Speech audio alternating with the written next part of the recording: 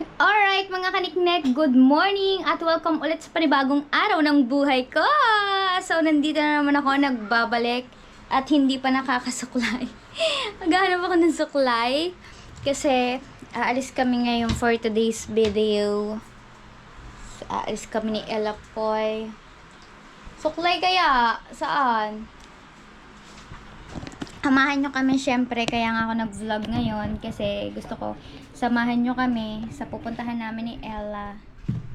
At kami ay may gagawin nga na magpapaiyak. Ang mangyayari ay total malapit na po yung birthday niya. So ngayon ay 13 na. 8 days na lang po birthday na ni Ella. Kaya pupunta kami dun sa dapat namin puntahan para sa pa-birthday sa kanya. Sabi mo agad. May pa-birthday kami sa kanya, guys. Abangan nyo kung saan kami pupunta. Syempre, suklay-suklay muna tayo.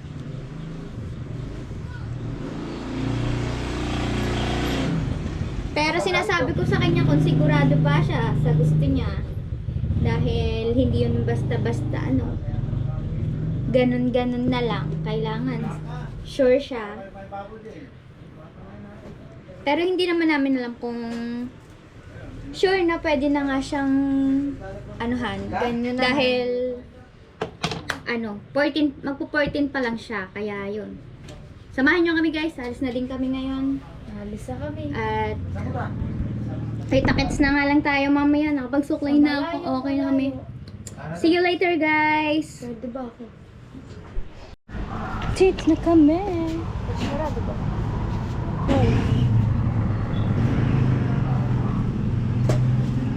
Ay ikaw magsabi.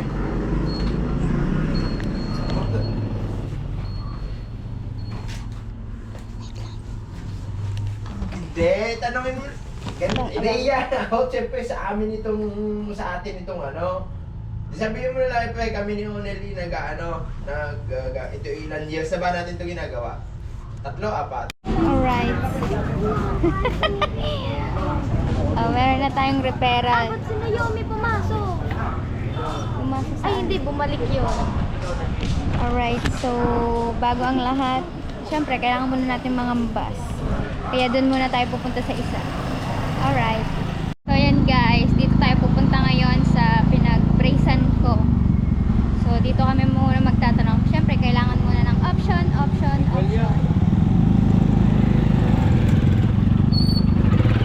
Bago mag-fix sa isa. Option. Nasa Lima Felix na tayo.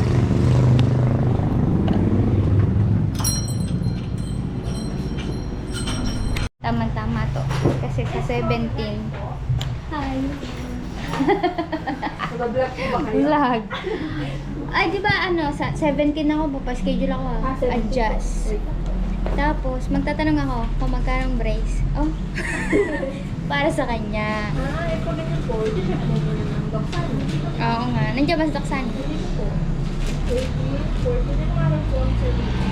Biyernes. Diba po na Gani ka. Kung dali kapital yan. Di ka pa. Excited ka. Kakausapin pa si Taksanin kung magkano. Check ko, gusto niyo po ipa-check yun niya yan. Oo. Sige po, after yung alam ko niya pa. Yan. Antayin niyo na po. Sige po. Bago kami kumain. Ano ba ang name niya? Then,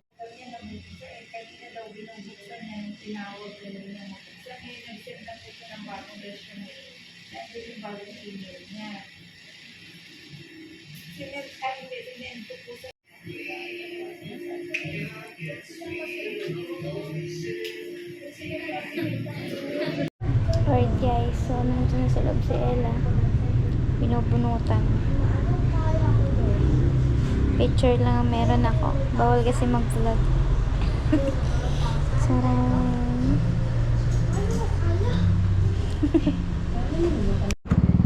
Ba't ka ba umiyak? Umiyak po si Ella sa kanyang opera. Mamaya po natin siya i-interviewin kung bakit po siya umiyak. Kasi po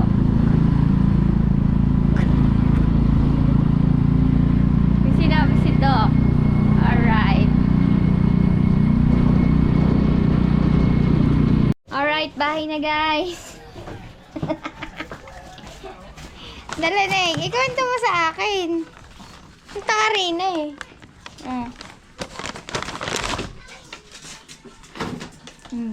Kwento mo muna sa akin ang pangyayari, bakit ka umiyak. At para naman malaman sa vlog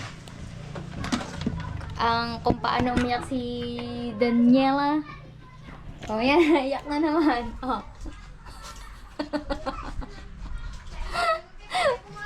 Iinom ka ng gamot. Nasa na yung gamot?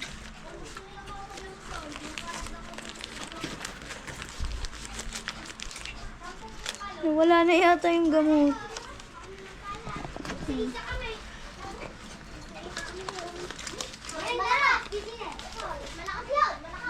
Binigay ba sa akin ng gamot? Oo. Sukli lang yata yung binigay eh. Nasa plastic na.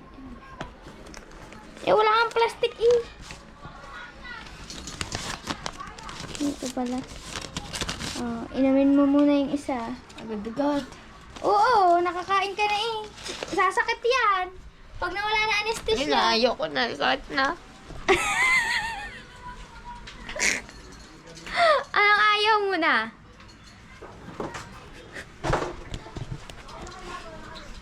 Ha? Sabihin mo! Ayaw mo na! Anong ayaw mo na? Sabihin mo! Ayaw mo nang?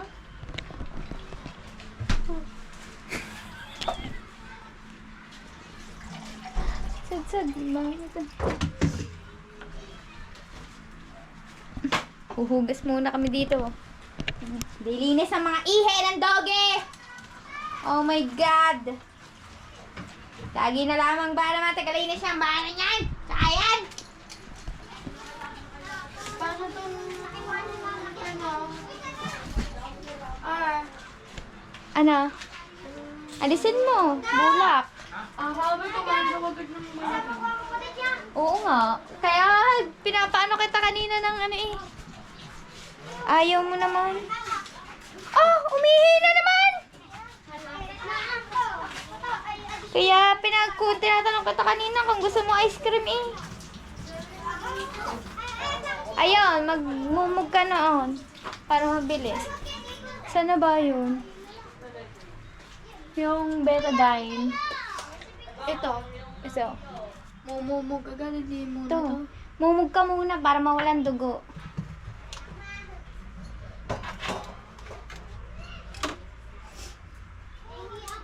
Ito, ganito. Hugasan mo muna. Puro galbo. Tsaka yun doon. Ba't may tubig?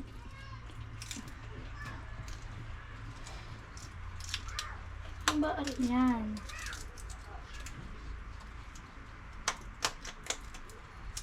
Ba't di marunong? Oh. Maglagay ka dyan bago umano ka. Hindi dadagdagan ng tubig. Hindi naman niya ano eh. Baka maano ang damit mo. Mugi. Lagyan mo ng tubig kung gusto mo.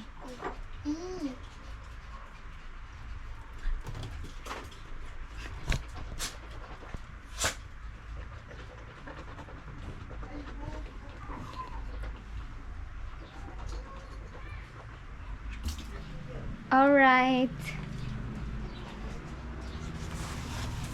Kaya ka pinapakain ng malamig para mawala agad yung ampat ng dugo.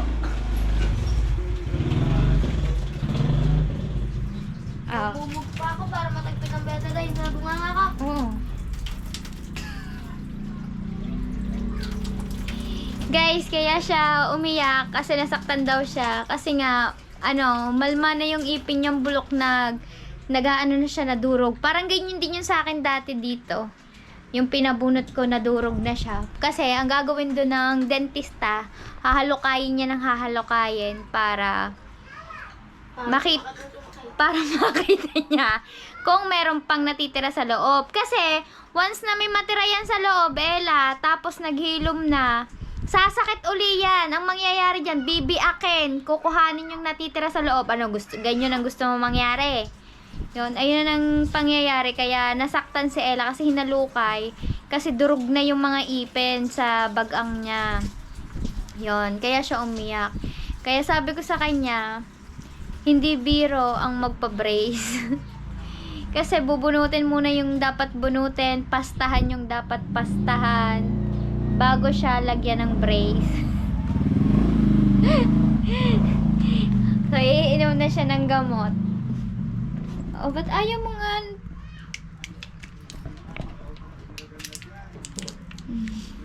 Hindi pa naman yung uminom ng gamot. Oh, lanok. Madulas yan. Dami tubig. Oh. Diyan ganyan. Andito na lang. Isa na lang yata yun. Ang ginuginan nyo ng Ganyan nga ang gagawin. Kasi pag may natira yon, sasakit yun. Pag naghilom na, ang gagawin dyan, pag may tira, bibiakin yan. Hahanapin yung drog. Oh. Kung nandun ka sa loob, sabi, tatawa ka, ingit ako ng ingit. Ganyan sadya, Daniela. O, pinabayaan mo kasi yung ipin mo, kaya ganyan na nangyari. Nadurog na, oh. Tagal ko na kasi yun sinasabi sa kanya, pabunot na natin, wag daw muna. Tapos nung nabunot na at hinalukay dahil durog, ayaw, umiyak. Sakit daw, hinalukay eh. Si Ella, pinabunutan ko ng bagang, durog na. Gusto niya kasi magpa-brace. Eh, bago magpa-brace, kailangan maayos mo ng ngipin. Eh, may, basag ng ipin sa garne. Eh, nung binubunot, lagas-lagas na. Ganyan daw. Eh, syempre, kailangan hanapin kung may matitira. Oo. Yung iyak na. Sakit kayo. Ang tanong, Daniela, gusto mo ba pa-brace? Ano, gusto mo pa? Eh, nabunot na yun, di gusto ko.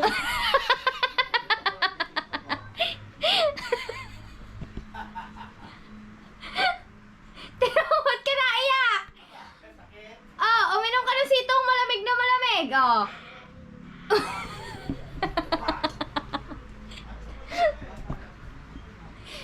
Uminom ka ng sito, yung malamig na malamig, para maano yan.